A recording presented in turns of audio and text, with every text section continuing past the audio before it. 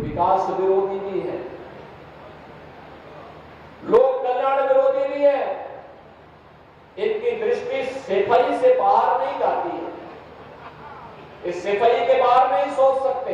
जब सत्ता में आते हैं तो परिवार के लिए कार्य करते हैं, वोट मांगने के लिए जाति का सहारा लेते हैं, और जब सत्ता में आते हैं तो अपने परिवार का भरण पोषण करके सारे पद एक परिवार को दे दिए जाते हैं। बिल्कीपुर का चुनाव भी आज राष्ट्रवाद बनाम परिवारवाद का चुनाव बन गया।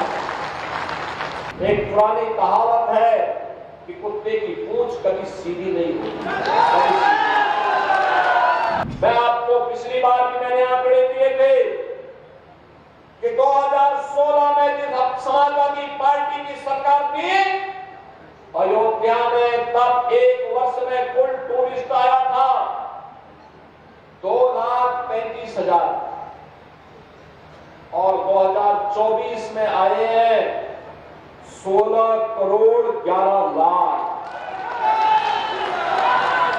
यानी 2,35,000 टूरिस्ट 16 में आए थे जब समाजवादी पार्टी की सरकार थी, और 2024 में आए हैं 1611 लाख।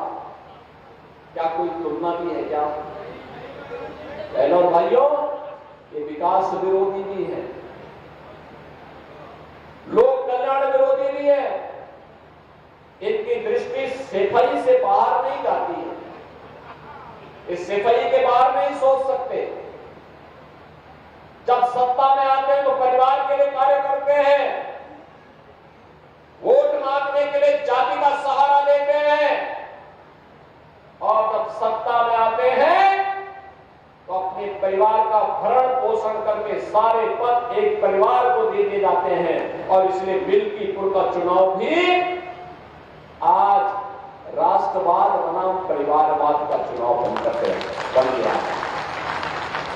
एक तरफ भारतीय जनता पार्टी और एनडीए का प्रत्याशी के रूप में श्री चंद्रबाबू पासवान राष्ट्रवादी कार्यकर्ताओं के साथ उनके नेतृत्व में प्रत्याशी बनकर के आपके बीच में है, और दूसरी तरफ समाजवादी पार्टी का परिवारवाद का नमूना, जिनका नाम भूमाफिया के नाम पर लिया जाता है, जिसका नाम हर प्रकार की अनैतिक और अराजक गतिविधियों में आता है, यह भी इस चुनावी मैदान में आपके सामने है।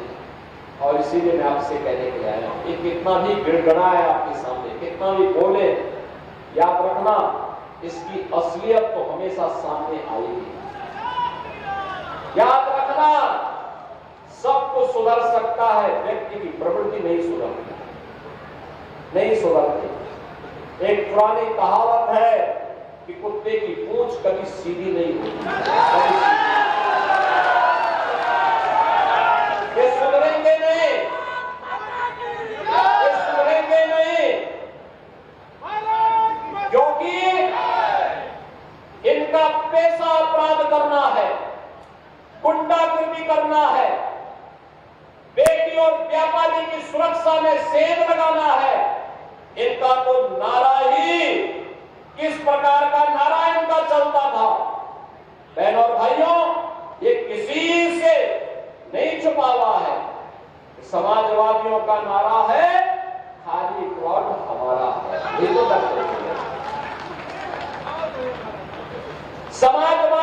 समाजवादियों का नारा है खाली प्लॉट हमारा है।